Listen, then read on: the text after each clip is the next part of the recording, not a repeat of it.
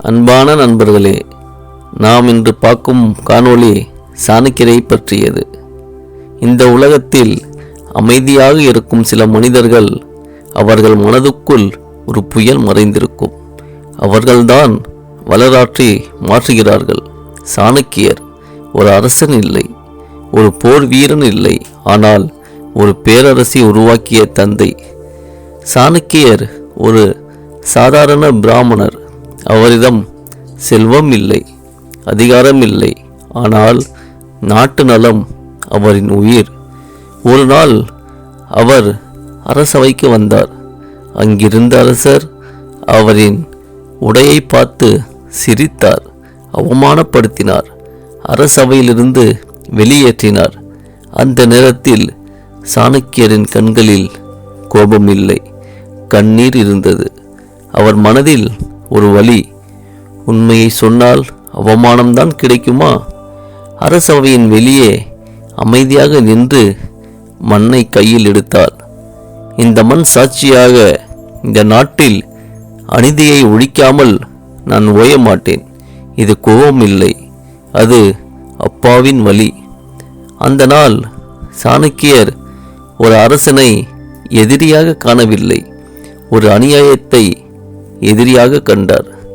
சந்திரகுப்தன் ஒரு ஏழை சிறுவன். அவனிடம் அரியணை கனவு இல்லை, வாழ்க்கை பயம் மட்டும் இருந்தது. அந்த சிறுவனை பார்த்து சாணக்கியர் சொன்னார், நீ அரசனாக பிறக்கவில்லை, ஆனால் அரசனாக உருவாக்கப்படுவாய். அவர் அடித்தது இல்லை, கத்தியது இல்லை, அவர் செய்தது நம்பிக்கை கொடுத்தார்.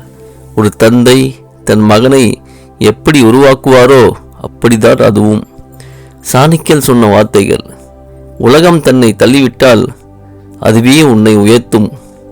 அழுதால் பலவீனம் இல்லை, எழுந்து நின்றால் அதுவே ஞானம். அதிகாரம் கிடைக்கும் வரை பொறுமை உன் ஆயுதம்.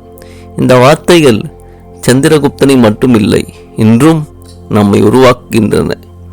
சாணக்கியர் சிம்மாசனத்தில் அமரவில்லை, ஆனால் சிம்மாசனத்தை உருவாக்கினார். அவர் வெற்றி கொண்டாட்டம் இல்லை, அவர் வாழ்ந்தது தனக்காக இல்லை, ஒரு தலைமுறைக்காக. நண்பர்களே, நம் வாழ்க்கையை நாம் இன்று எப்படி வாழ்கிறோம்? இந்த கதை உங்களை மனதை தொட்டிருந்தால் லைக் செய்யுங்கள், ஷேர் செய்யுங்கள். மறக்காமல் இதுபோல் காணொளிகளை நீங்கள் காண இந்த சேனலை சப்ஸ்கிரைப் செய்யுங்கள். நன்றி, வணக்கம்.